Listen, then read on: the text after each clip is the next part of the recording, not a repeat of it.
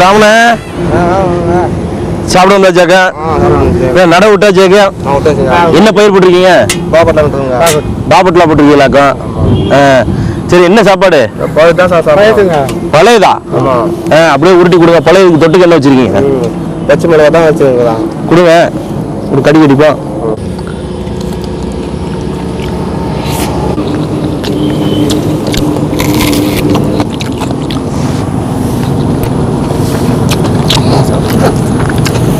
பேக்கெட்டுக்கு வரும்போது எப்பவுமே பழையதானா? ஆமாங்க, எப்பவும் பழையதாங்க எடுத்துருக்கோம்.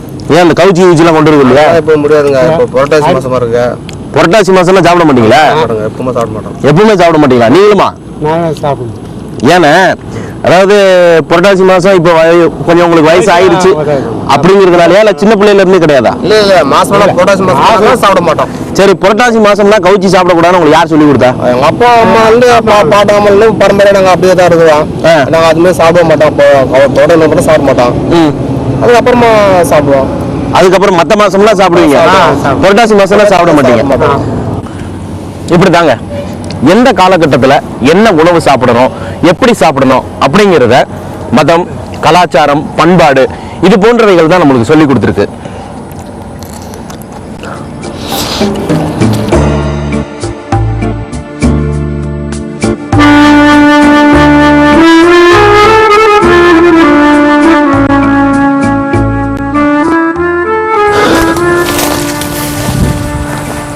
நாம இன்னைக்கு சாப்பிடக்கூடிய பிரியாணிக்காக யாருக்காவது நன்றி சொல்லணும்னா அது வந்து ஒன்னு இஸ்லாம் மதத்துக்கும் இன்னொன்னு ஈரான் தேசத்துக்கும் தான் சொல்லணும்.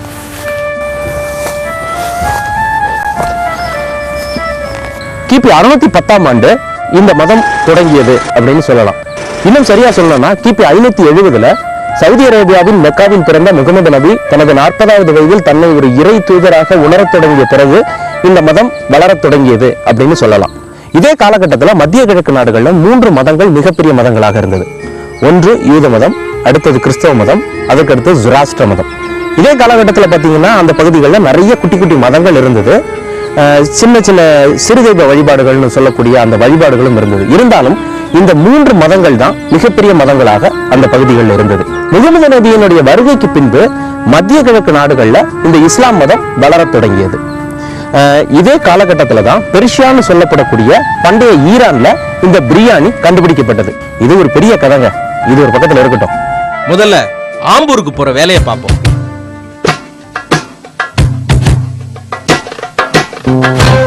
ஆம்பூர் வேலூர் மாவட்டத்தில் அமைஞ்சிருக்கக்கூடிய ஒரு அற்புதமான ஊர். இங்க சுமார் 1.5 லட்சம் மக்கள் வசிக்கிறாங்க. இந்தியாவில் உற்பத்தி ஆகக்கூடிய தோல் பொருட்கள்ல சுமார் 10%, காலணிகள்ல சுமார் 25% இந்த ஊர்ல இருந்து தான் தயாரிக்கப்படுது. கேட்கறதுக்கு ரொம்ப ஆச்சரியமா இருக்குல்ல? இந்த ஊர்ல 43 லெதர் ஃபேக்டரிகள் இருக்கு. இதுல சுமார் 35,000க்கும் மேற்பட்ட தொழிலாளர்கள் வேலை செய்யறாங்க.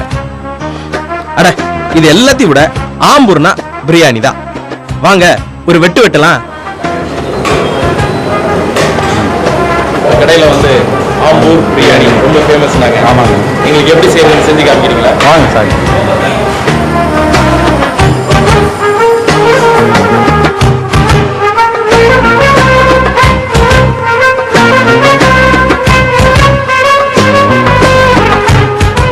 மட்டன் பிரியாணிக்கு தேவையான இன்கிரீடியன்ஸ் என்னெல்லாம் போடுவீங்க நீங்க? காமிக்கிறோம். பட்டை, ஏலக்காய், லோங்கு, லைட்டாக ஆனியன், ஓகே, பூண்டு விழுது இல்லையா, பூண்டு பேஸ்ட், இஞ்சி பேஸ்ட், அதே மாதிரி பார்த்தீங்கன்னா இந்த சில்லி பேஸ்ட், காஞ்ச மிளகா அரைச்சது பேஸ்ட், ஓகே, இது ஆனியன், வெங்காயம், தக்காளி, கொத்தமல்லி, புதினா, ஓகே, மட்டன். இது கூட இருக்கிறது தயிர், எலுமிச்சம்பழம் போடுவோம் மேலே. அதுக்கு மேலே எலுமிச்சம்பழம் நாங்கள் போடுவோம். ஓகே.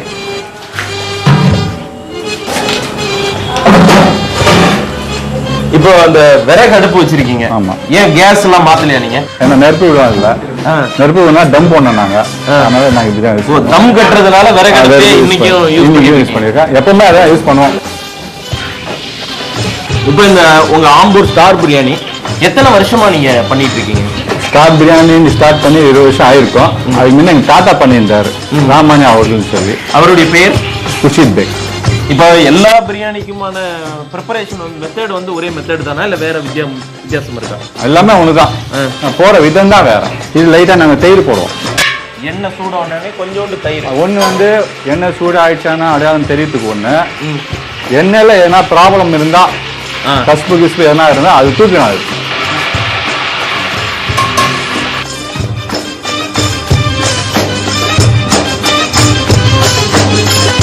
நிறைய பேர் பாஸ்மதி யூஸ் பண்ணுவாங்க. நாங்கள் அது யூஸ் பண்றதில்ல. எங்க தாத்தா காலத்துல இருந்து ஜீரக சம்பா தான் யூஸ் பண்ணுறோம். ஜீரக சம்பா அது சின்னதா இருக்கும், குட்டி குட்டியா இருக்கும். பூண்டு ரோஸ் ஆயிடுது.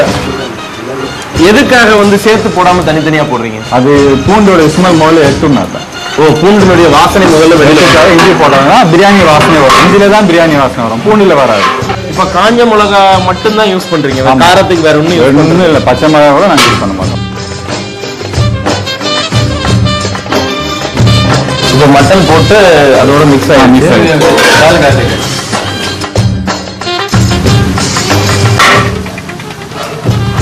அந்த மட்டனுடைய அந்த அதுக்காக அந்த கொத்தமல்லி போட்டோம்னா அந்த கவுச்சி வராம அது பார்த்துக்கணும். இப்ப நீங்க மஞ்சள் பொடியே போடலையே? நாங்க என்னது போடுறோம் வேணாமா? சரி, பிரியாணினாலே வந்து மட்டன் பிரியாணி தானா இல்ல வேற பிரியாணி? சிக்கன் பிரியாணி இருக்கு, ஆனா டேஸ்ட்னு பார்த்தா மட்டன் பிரியாணி தான். வெறும் தண்ணி மட்டும் தான், தண்ணி மட்டும். இது வந்து ஆஃப் பாயில் தான் பண்ணுவோம். ரைஸ் ஃபுல் பண்ணீங்கன்னா அந்த பொங்கல் மாதிரி ஆயிடும். லெமன் இல்லையா? அது லெமன் சாறு. இப்போ நிறைய குவான்டிட்டி செய்யும் போது தான் இந்த டேஸ்ட் கிடைக்குது. தனியா ஒரு பேருக்கு 2 பேருக்கு செய்யும் போது வராது, கண்டிப்பா வராது. 5 கிலோக்கு மேல பண்ணா டேஸ்ட் வரும். 5 கிலோ நாங்களே பண்ணாலும் அந்த டேஸ்ட் வராது. நீங்களே வித்தியாசமான பிரியாணிகள் முயற்சி பண்ணீங்களா? பண்ணோம். அது வந்து இன்னும் இப்போ பண்ணதுக்கு 1 மணி நேரம் ஆகுது. இன்னும் அரை மணி நேரம் பண்ணுன்றதுக்காக நிறைய மாத்தி பண்ணோம். அது டேஸ்ட் வரல.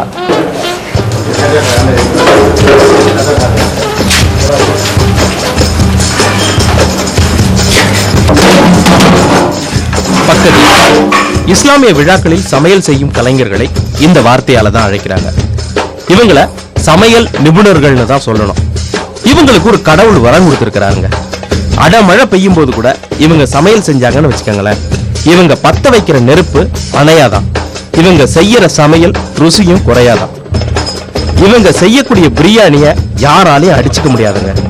இவங்க கையில அப்படி ஒரு மனம் இருக்கு.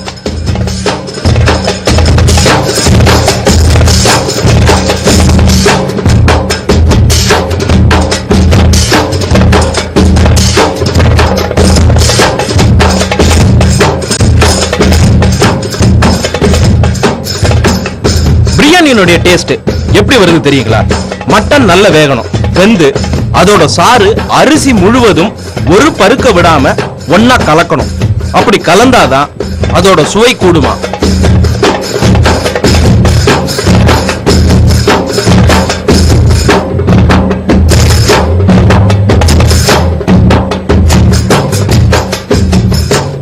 பிரியாணிக்கு தான் தம் கட்டுறாங்களா இல்ல இந்த ரூமுக்கே தம் கட்டுறாங்களான்னு தெரியலங்க. அப்படி ஒரு வெக்க.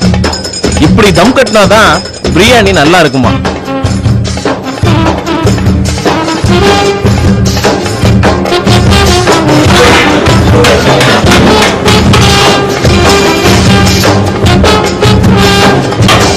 பிரியாணி ரெடி 250 பேருக்கு. டேஸ்ட் பார்க்கறதுக்கு முன்னாடி ஒரு குட்டி பிரேக்.